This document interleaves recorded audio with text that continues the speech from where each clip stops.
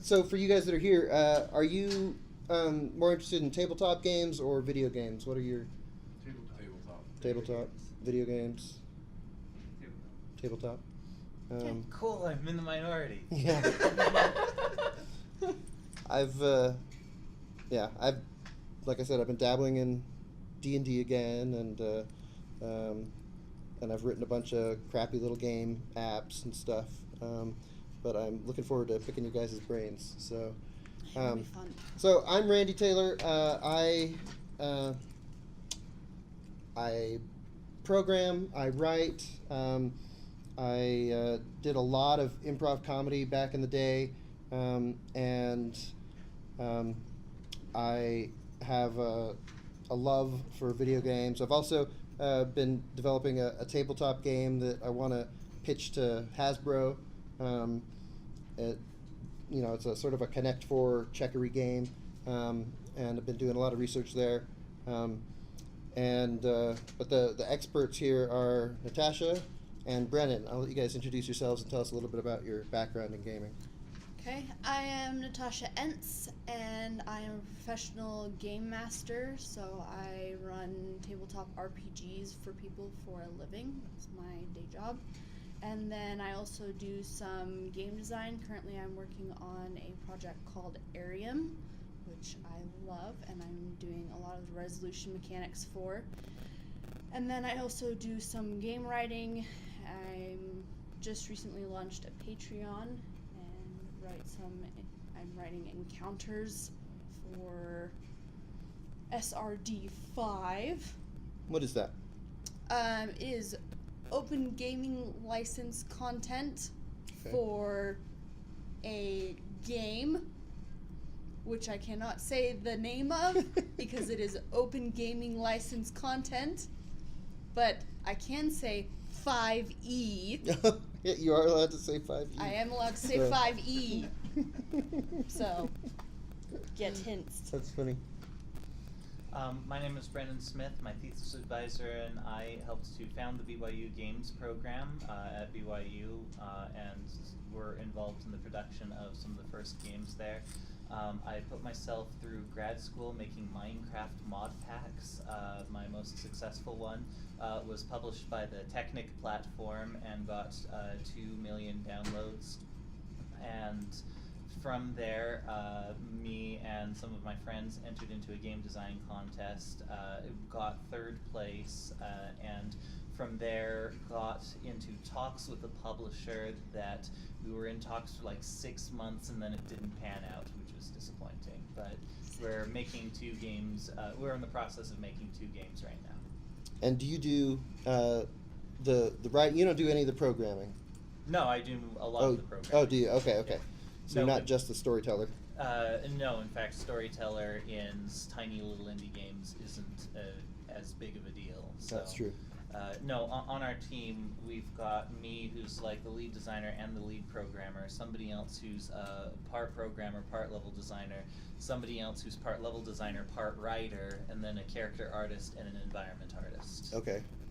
And so you've got your own studio in the works, so to speak, right? I mean, yeah, if these 2 projects that we're on end up panning out, then yeah, it could be really good. That's awesome. Yeah, go ahead. One question. So your team, are you in like a business partner relationship, or do you pay for assets from the character artist, or how does? So there's a whole other panel on finding art assets, and to put it simply, artists are expensive. We were lucky enough that we were able to find artists who are able to go in part speculatively, and so the artists right now are the only people who have been paid anything, but we went through our entire budget on the artists, and now the artists are working for additional royalties after we finish, and it's probably not going to be worth their time, just like it's probably not going to be worth any of our time, because indie games go small, but hopefully it will be a stepping stone to build us credibility so that when we next approach a publisher, we can say, hey, don't worry, we have the ability to finish things because we've finished this other thing before. And one of the things that I know publishers look for is that they want to know that the team that you're working with has the ability to finish something. that you're viable. That you're viable, yeah. So. And what are you building the game in? What are you using, a game engine or? I hate this. Okay, so the contest. Who here is familiar with RPG Maker? So what it is that the people who made RPG Maker realized that all of the RPG Maker games on Steam were basically crap, and they wanted to make people believe that their platform was viable. So they wanted to try and say, hey, look, there are such thing as good RPG Maker games out there. So they had a contest in order to say who RPG Maker game.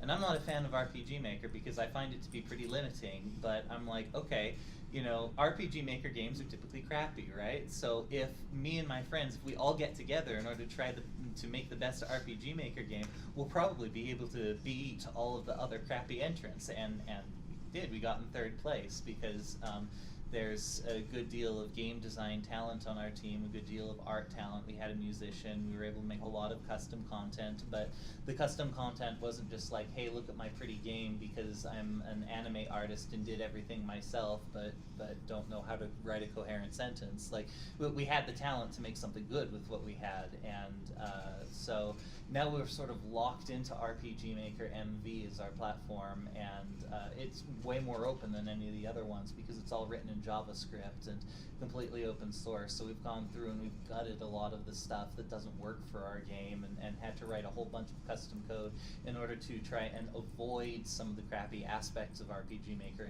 MV. We're doing a lot more that we rolled ourselves than what was given to us, but it's still limiting, and we can't wait to jump ship and work in Unity instead. Awesome. Yeah. How's the conversion to other platforms? What are you mainly building it for? PC right now, and then is it because Unity has the nice little button where you can at least get a good start to convert it to Get a good start. Were you there at our developing for consoles versus PC? Yeah, and I've Yeah. experienced myself, but yeah, Yeah. for sure. No, we're quite. Right now, we're only focusing on PC because we want to not dilute our focus going into places that we aren't familiar with, but we can port Engine Room from there to other places. That's the other thing. That's the game that we're working on in Unity right now is Engine Room. So. Thank you. As far as publishers go, what do you see, especially Natasha, like as you're working on a Patreon for your own content, have you pursued traditional publishing for your content? And tell us about it. Yes, so Arium actually was a game that I had a friend come to me, and he's done some game design before, like with Gallant Knight Games and some other tabletop publishers, and he came to me and he's like, hey, I have this idea for a game and I'm looking for some help on it, are you interested? And I went, hey, I have a resolution mechanic that I think would work really well in here. And so I kind of pitched it to him, and he's like, yes, let's go with that, let's start there, and let's work with that. So it wasn't my game that I pitched, it was his game that he came to me with an idea, but then I pitched him the resolution mechanic, and that's how I got onto the project, but it was my mechanic. Yeah. And I negotiated in the contract to keep the rights to that mechanic system. Okay. That's kind of interesting. You have intellectual property ownership over a resolution system? Yes and no, because technically you can't have. That's what I was thinking, Right. Yeah. But for that company, they cannot use that resolution mechanic system without me being on a project in the future. I find that very strange. In my line of work, if you try to like copyright a game idea or something, it doesn't work.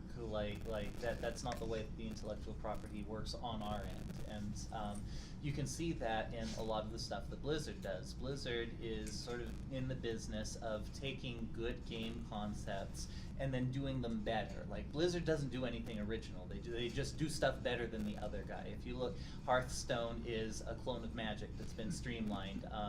Overwatch is a clone of Team Fortress 2 that's been streamlined. World of Warcraft was a clone of some of the older games like Ultima.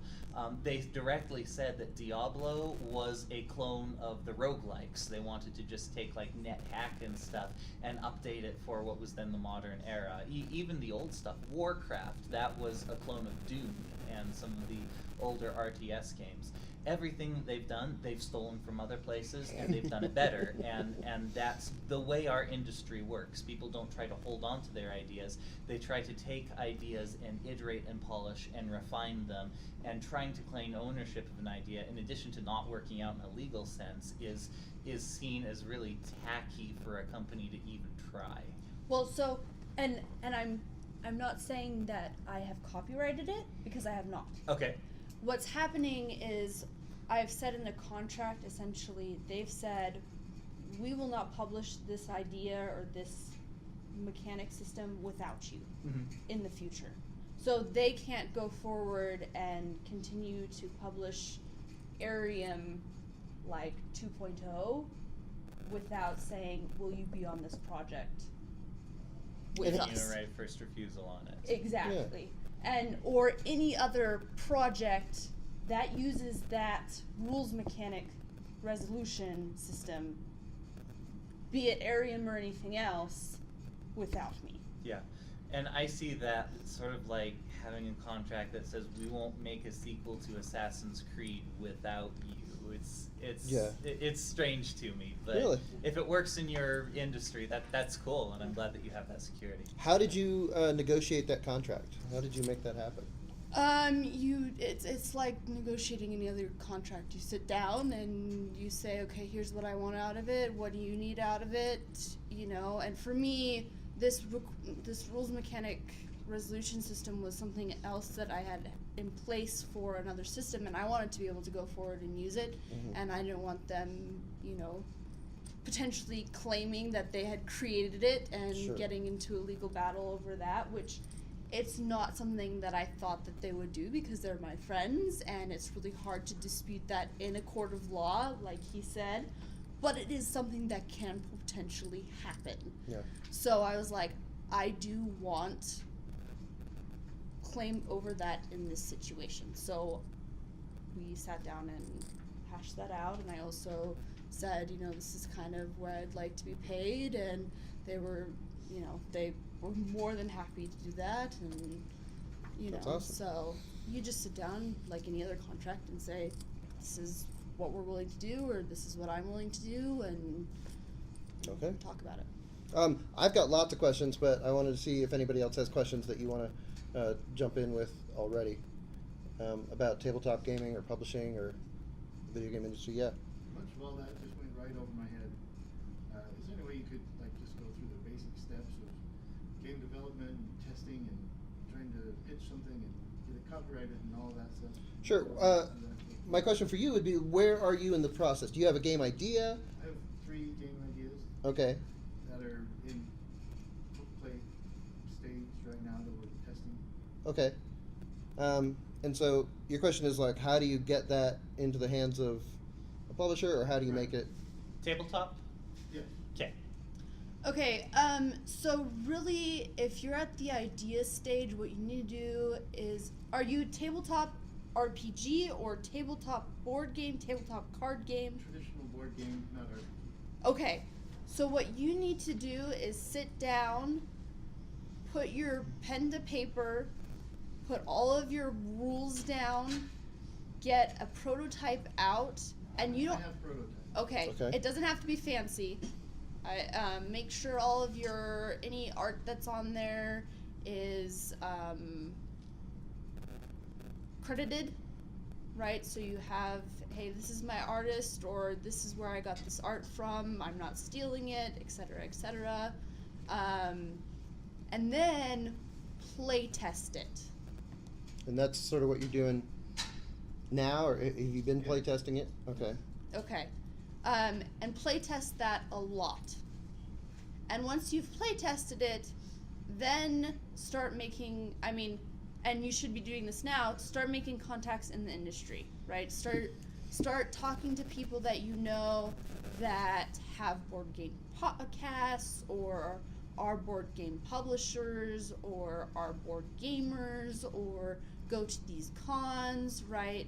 And the more people you know, the more connections that they have. And personally for me, that's been what's been working, right? You can just straight up go in and pitch to people, and that sometimes works, but I find that that works on a much smaller scale. The number of success stories that you'll hear for that are like teeny tiny, right? It's like going in and, you know, tossing your book on a slush pile, right? It happens. You'll find that there are publishers who will pull something off of the slush pile and be like, oh my goodness, this is great, but I just don't hear of that as much, right? The things that do get published are, at least by the bigger houses, are the ones that somehow have found their ways into the hands by networking.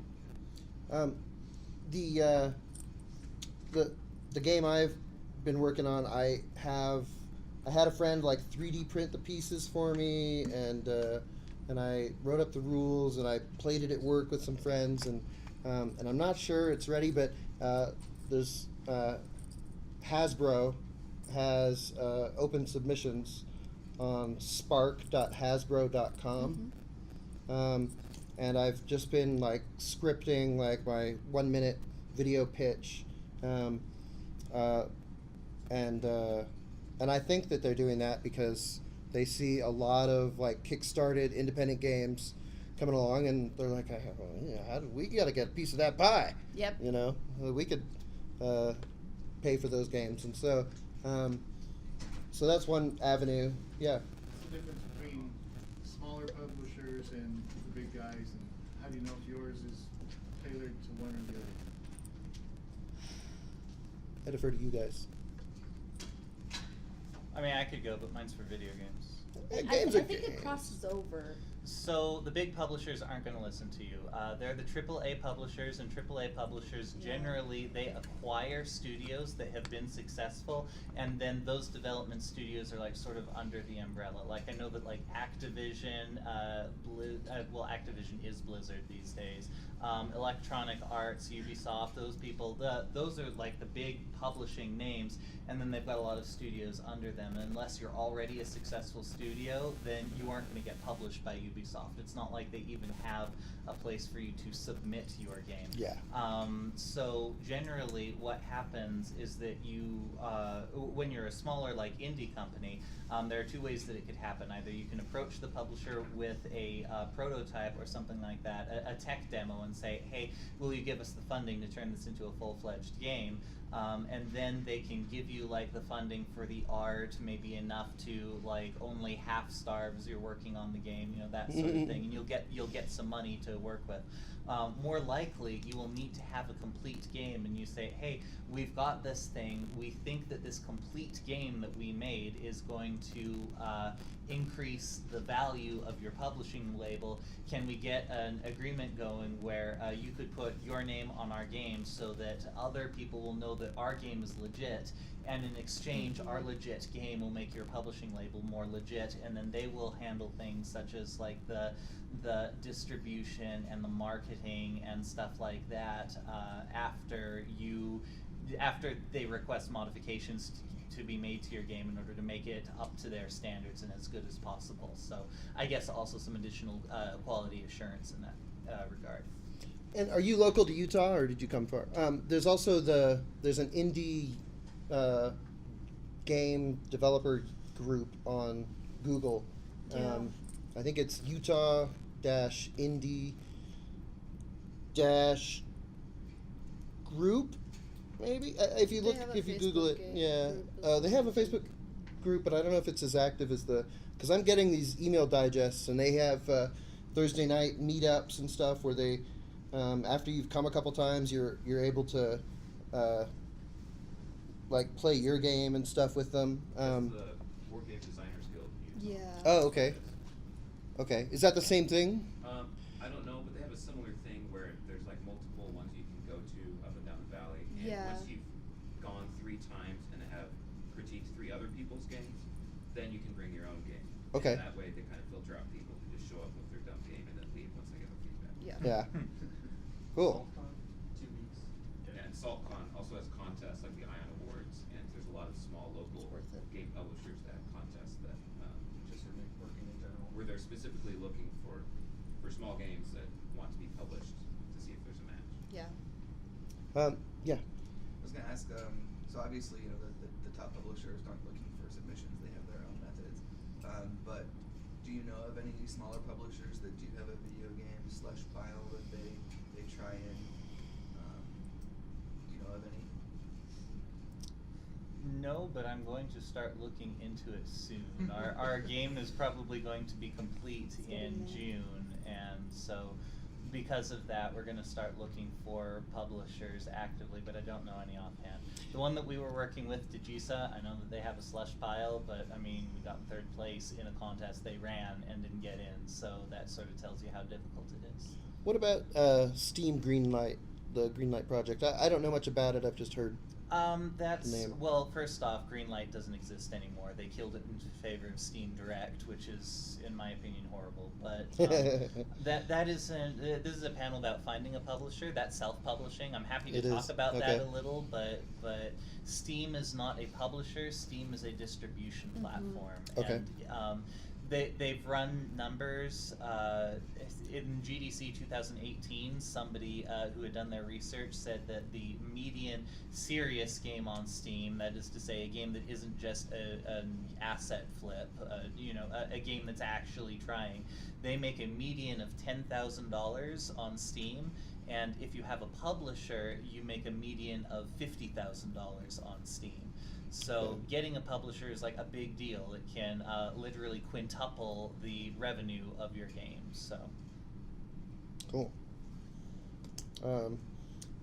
Game contests seems like another way to, like, I don't know much about the tabletop industry again, but I know that there are lots of game jams for video games where people are competing for T-shirt prizes and whatnot, but it gets your name out there.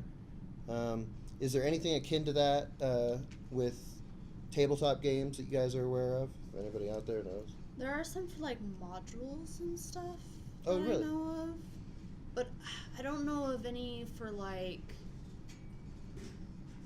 I don't know of any for like actual like RPGs, like new RPGs to market. Yeah, well, an RPG would be a gargantuan project to try to. Well, I mean, or you just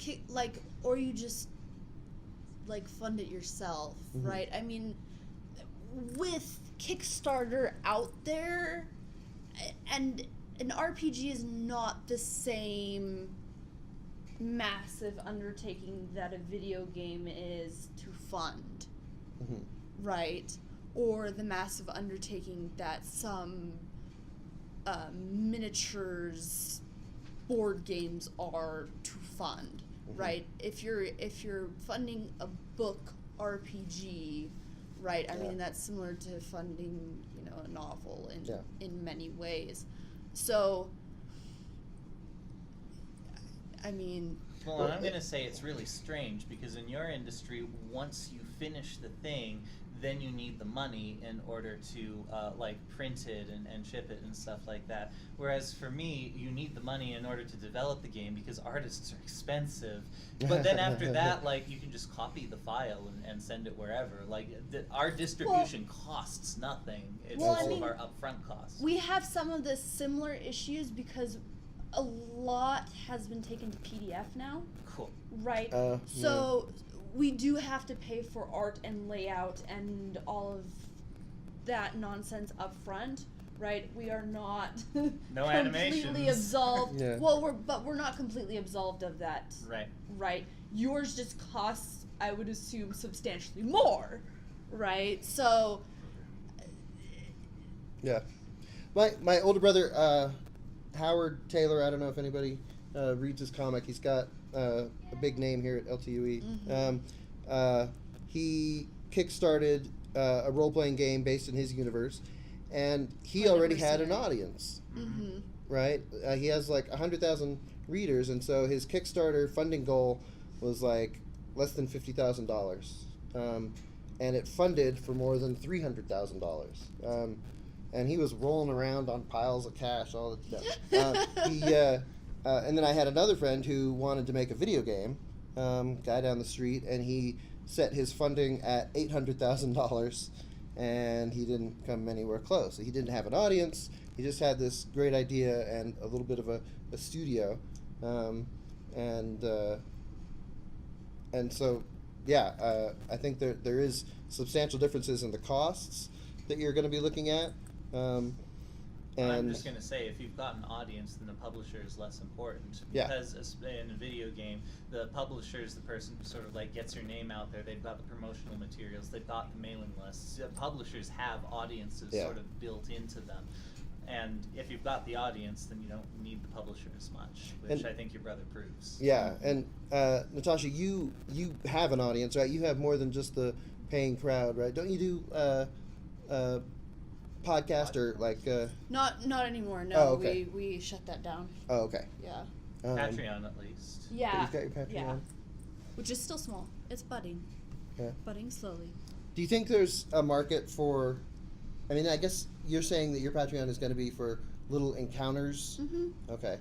Do you think there's a market for dungeon modules that way? Like. Sure. I mean, there are people who do that.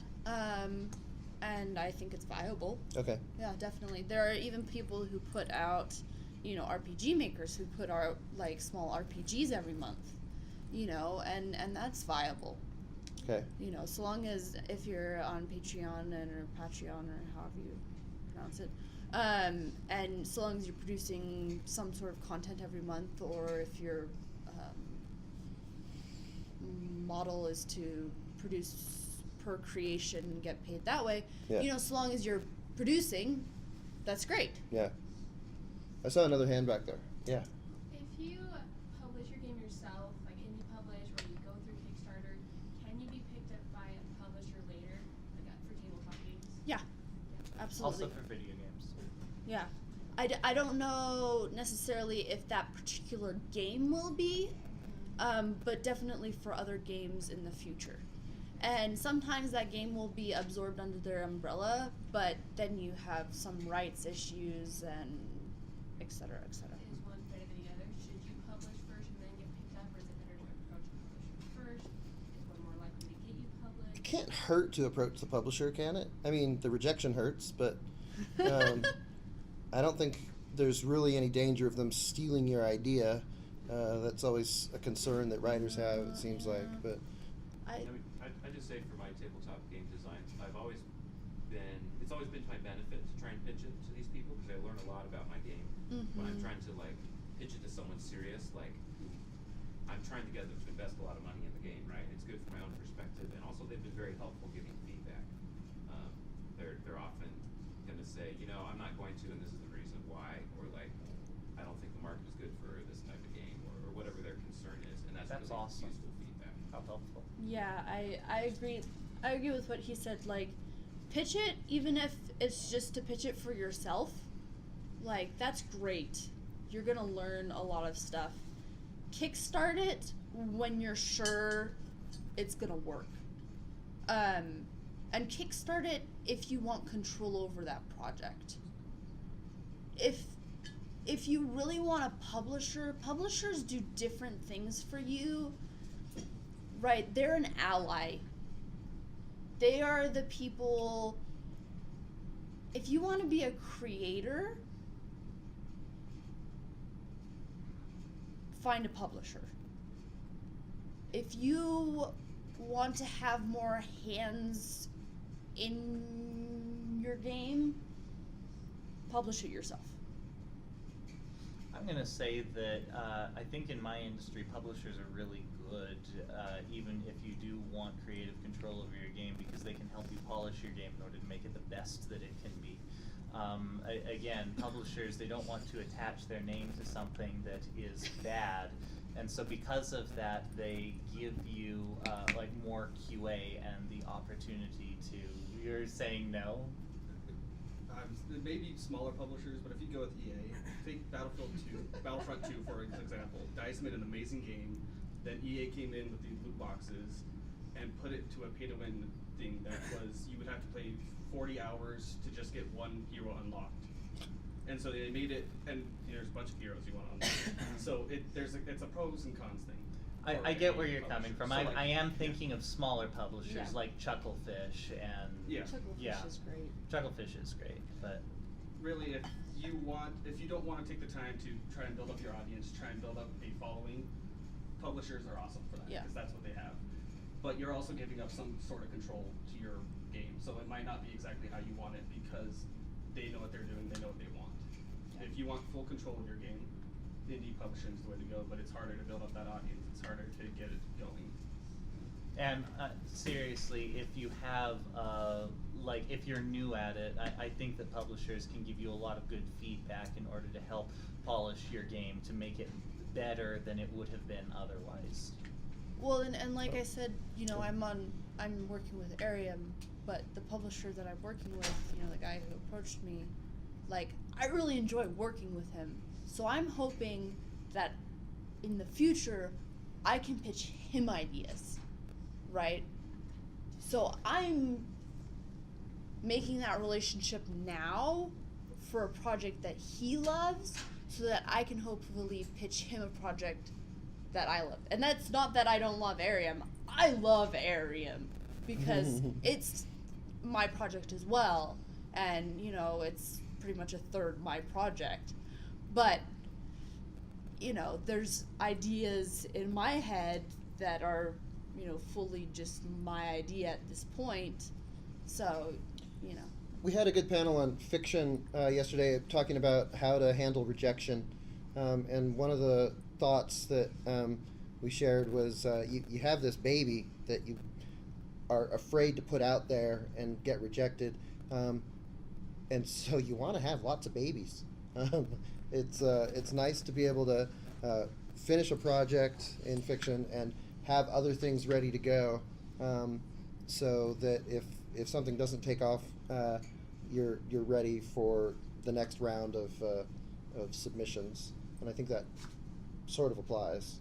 Games are a much bigger endeavor in a lot of ways than writing a book, in my mind. But you had a question. Yeah, well, so or a comment. I mean, my hope in coming to this workshop here is to learn about like how to get. I know enough about the book publishing industry that I know where to approach publishers and agents and so forth. I don't even know that about games. I've got a board game, a couple of card games that I've developed over the last 10 years, and I don't really know the next step. And I know this gentleman over here is not on the panel, but you said you pitched a couple of tabletop games.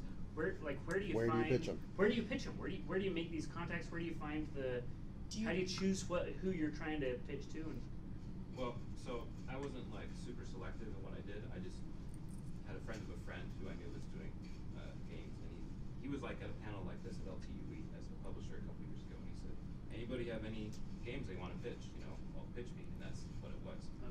But specific places you probably want to go are, I would go to the Board Game Designers Guild of Utah. They have a Facebook group, and that's where you'll find other board game designers that are actively trying to pitch or kickstart their games, and they'll have good and several of them have successfully done it. There's like a lot of published designers there that give really good game design feedback, but also publishing feedback.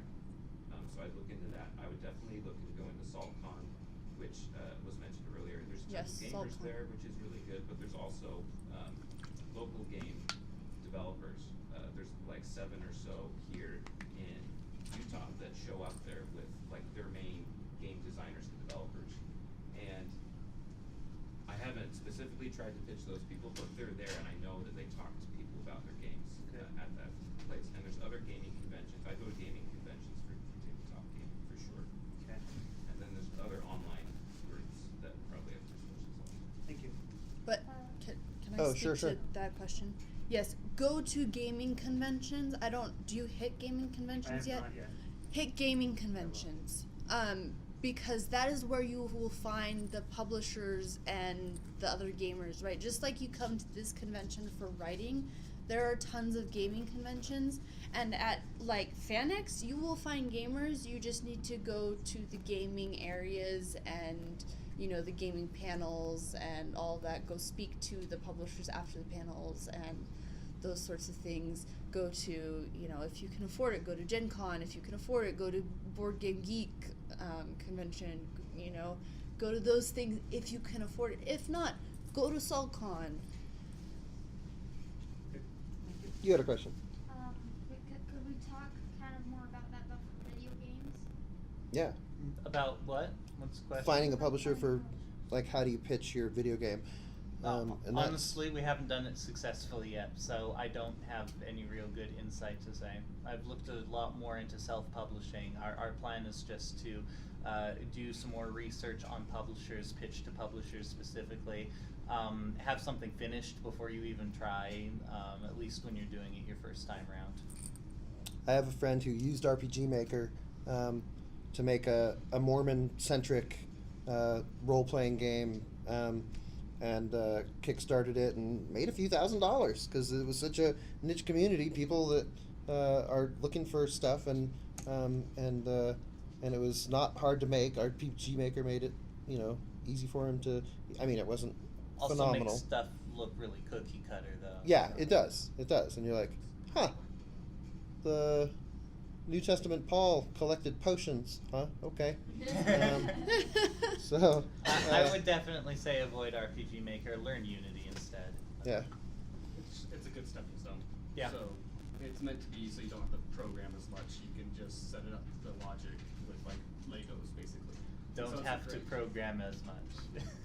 For your custom stuff, you're gonna have to program more. I But understand, yeah. In order to make it stand out so that it is different from all of the other RPG Maker games that already exist, you're going to need custom coding, and if you're going to need custom coding anyway, you might as well be coding in Unity. So.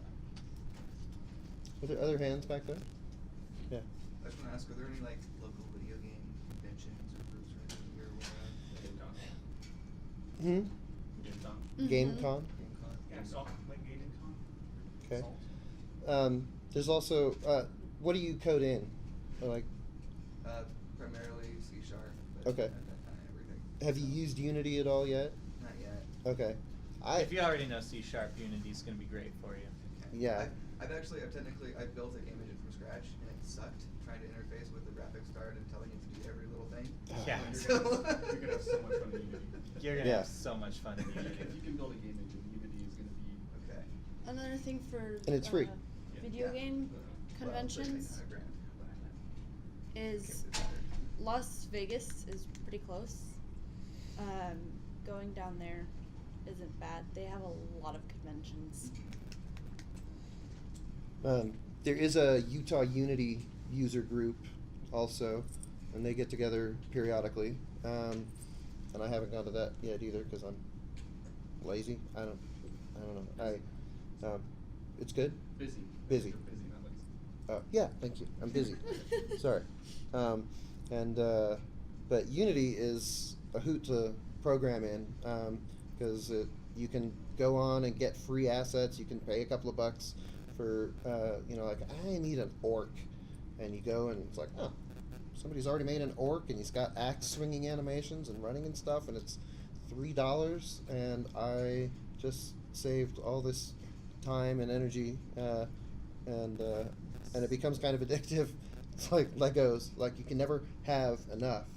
So you've heard Bennett Foddy's opinion of it. No. Right? Has anybody here played Getting Over It by Bennett Foddy? No. He had a very interesting thing to say about assets.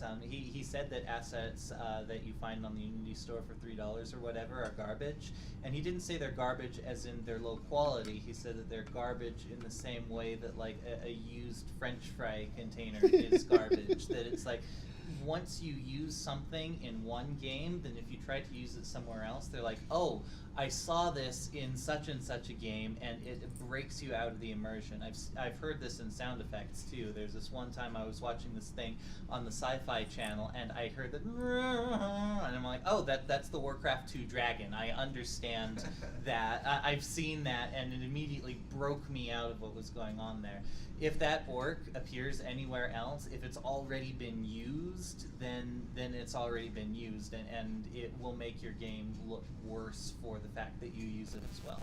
And I can understand that. I just feel like there's a huge audience of gamers that, like the Wilhelm Scream. Are you guys familiar with that? It's it's this. It pulls me out, but they still use it all the time in Foley in movies. It's this scream, and you can't watch a George Lucas movie without hearing it 2 or 3 times. It's like, oh wow, that guy really keeps coming back in and screaming. So I don't know. And there is a lot of people that complain about asset flip games, right? If you use free or low-cost assets, there's some people on Steam who will downvote you just because they're like, ha, asset flip, click. Sort of like same thing with RPG Maker. Ha, RPG Maker, click. Yeah. So there's a risk involved. One thing I do want to add about the assets, though, is what it does give you is it gives you an opportunity. If you can code and if you can write, it lets you make the whole game with cheap assets to make sure your game is viable before you spend all the big bucks on artists. Mm-hmm. Yeah. Yeah, it's great for prototyping, and I will definitely give everybody that. But there's sort of this thought going along, oh, you can make a game practically for free in Unity and then sell it and make a bunch of money, and that's... I don't know about selling it. I just like making the game. Yeah. If you just like making a game, then yeah, collect orcs like Legos. Yeah. So, yeah. Do you have advice about pitching a game, like do's and don'ts? Should I bring my prototype to the convention, whether in person or online? Yes, bring your prototype, because if at the very least, if you are not pitching it, you will have it with you to playtest more. You can never playtest something enough. At least that's my personal opinion, because you will always find flaws in your game, just like you will always find flaws in your writing, or you can always be a better game designer. So bring your prototype to the convention, just like you would bring your business card, or just like you would bring, a past published work. Bring your prototype. Unless it's like some huge, massive thing that you're lugging everywhere, right? Bring a prototype. And then if you do, or even if you have to leave it in your hotel room or leave it in your car or whatever, right? You can say to the publisher that you meet, hey, I have a prototype on me. Can we meet in an hour or whenever you have time and sit down, and can I show you it in a 5-minute pitch or in a 2-minute pitch, or here's what my game's about in 20 seconds. Are you interested? Do you want to know more? What do you include in that pitch? Do you say how many people, how long, the concepts, the mechanics? What do you put in your pitch? I'm still working on my pitch for that Hasbro game that I want to throw out there, but yeah, I'm thinking you want to have players and ages, like is this for ages 7 to 12, or do you imagine anybody would love this game? And okay, sure. The Playtime, yeah. Board Game Geek, if you're familiar with them, has areas in the forums that I bet will give you ideas on what to pitch. So we're about out of time. Do you guys want to tell us? One sec. Sure. Maybe this is controversial, but I'm going to disagree a bit. Okay. Because you have 20 seconds. I don't care how many players it takes. I care, do I want to play it? Make me want to play your game. Okay? And so whatever it takes to make that publisher want to play your game, make them want to play it in 20 seconds. Cool. Thank you, guys.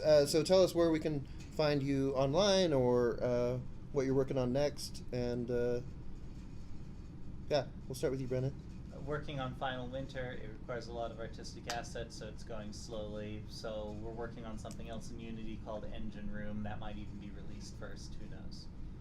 So hopefully next year when I come, I'll be able to have like a stack of 10% off Steam discount codes, that sort of thing. And where should we find you online? Like, you were hard for me to hunt down, by the way. No, So. don't.